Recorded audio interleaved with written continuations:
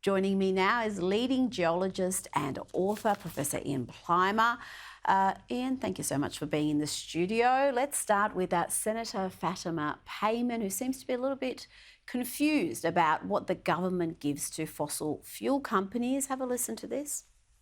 You're telling me that we could raise JobSeeker by $550 a fortnight and it would still cost less than what the government gives to fossil fuel companies through the fuel tax credit, yet the government isn't brave enough to do it.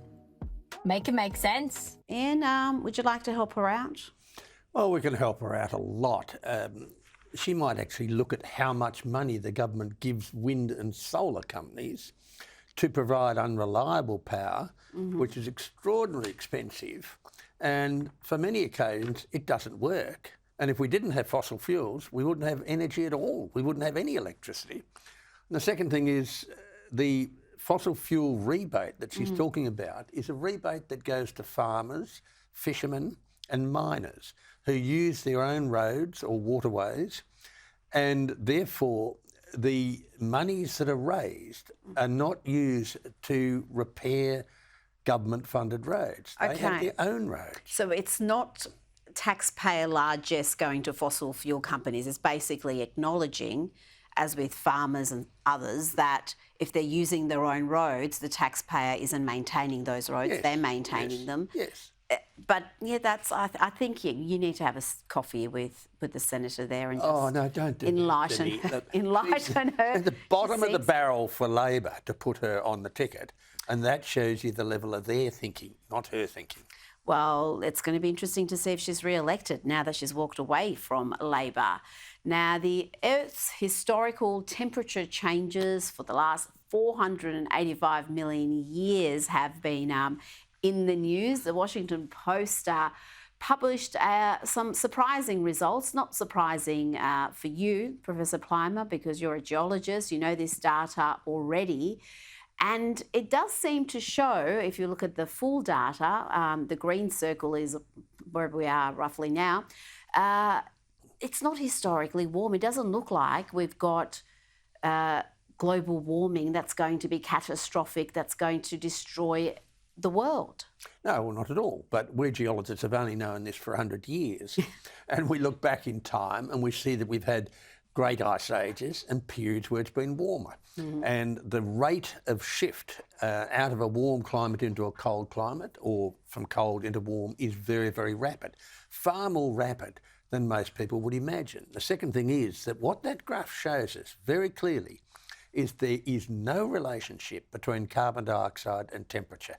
So, end of story. Now, we geologists have known that for a long while. There are a couple of geologists, and you can count them on a sawmiller's hand, who live in government agencies who have a somewhat different view and don't look at the evidence.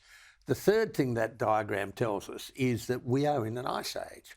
And we are in one of the few times in the history of the planet where we've got ice on the poles. And we've been in an ice age for 34 million years. We are still cooling down. We have been cooling down for a very long period of time. And maybe that will change when Antarctica finally breaks up and moves into little subcontinents going elsewhere. But there is a reality. Haven't we experienced a little bit of warming? I'm not talking about astronomical levels, but how can we be in an ice age and cooling if we've had even a little bit of warming? Well, during an ice age, we get spikes when it's warm and spikes when it's very cold. So on one scale, we've had the latest glaciation, which finished about 14,000 years ago, and then it started to warm up. Then it started to cool down about 4,000 years ago. That's exactly what you expect. That's quite normal. During that cooling period, we've had warm spikes, such as the Minoan warming, the Roman warming and the medieval warming, and cool spikes, such as in the Dark Ages and the Little Ice Age. Now, we're coming out of the Little Ice Age. It's no surprise that we've warmed up a little bit. But during that period coming out of the Little Ice Age, we've had 3 periods of warming, 2 of cooling and 1 where nothing has happened. So there just hasn't been constant warming related to a slight increase in carbon dioxide, which may or may not be due to human activity. It might be the oceans degassing, as they always do when we come into a natural warm period. Well, again, I think you need to have a coffee with our environment and climate change minister, don't do that to me. because Chris Bowen has been very busy on social media posting more nonsense in recent days. Here he is mocking Peter Dutton's calls for nuclear power in Australia. Even has a birthday cake as a prop. Someone has obviously made a trip to Woolies for this.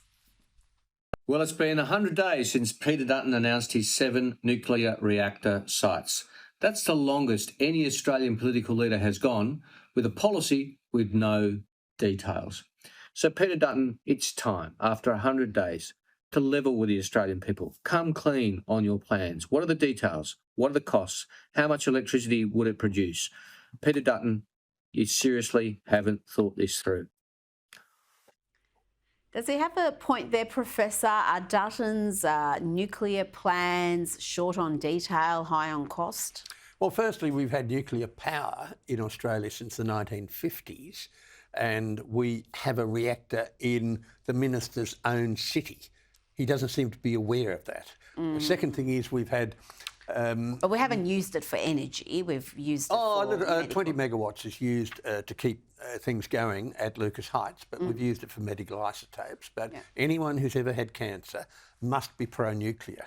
The second thing is we've waited nearly 900 days for this government to give us costings on solar and wind.